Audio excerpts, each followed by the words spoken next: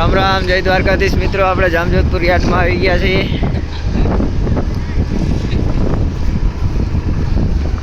મગફળીનું માર્કેટ.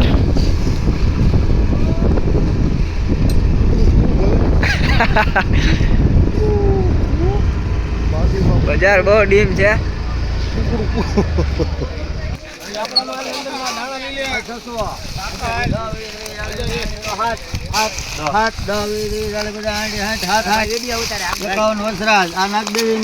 ₹700, 751 માં ગઈ માંડવી.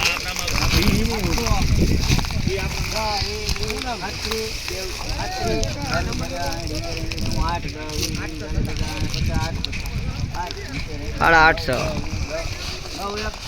₹900 થયા જોઈને. બહુ બજાર છે માંડવીની.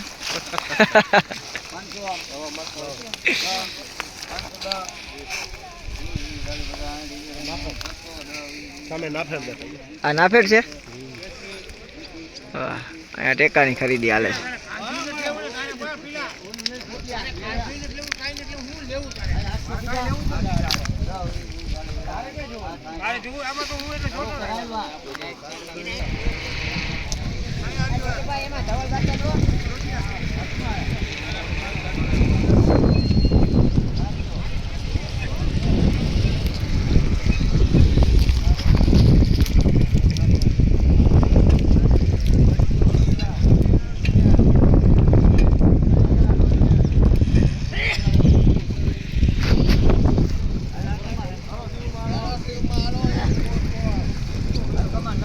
બે 3 ઓટાની આવક છે.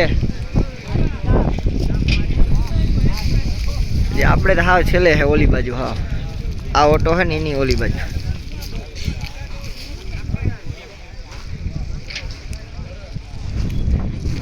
માર્કેટમાં મંદુ છે, મંદુ. શું થાય માંડવીનું? મિત્રો, કોઈને માંડવી વેચવી હોય તો ટાણા વેચી નાખજો. ભાવ બહુ સારો છે. ₹700 ને ₹800 ને.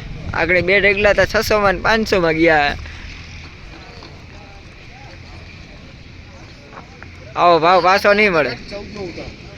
હે, જો આ દાણા 14 નો ઉતારો અને 900 હવા 900 ભાવ થાય છે. આમાં મજૂરી એમ કે અમારે જાવું હિસાબ કેમ દેવો? માંડવી વેચવી જ પડે એમ છે. માંડવી વેચીને હિસાબ દેવો પડે.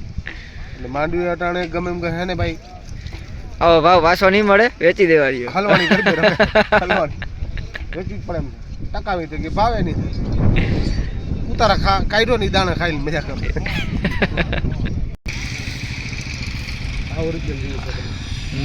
આ નાફેટનો માલ છે. 200 મણ જાય ને,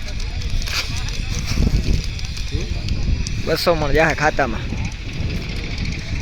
200 મણના ઢગલા હે. ટેકાની ખરીદી સરકારની.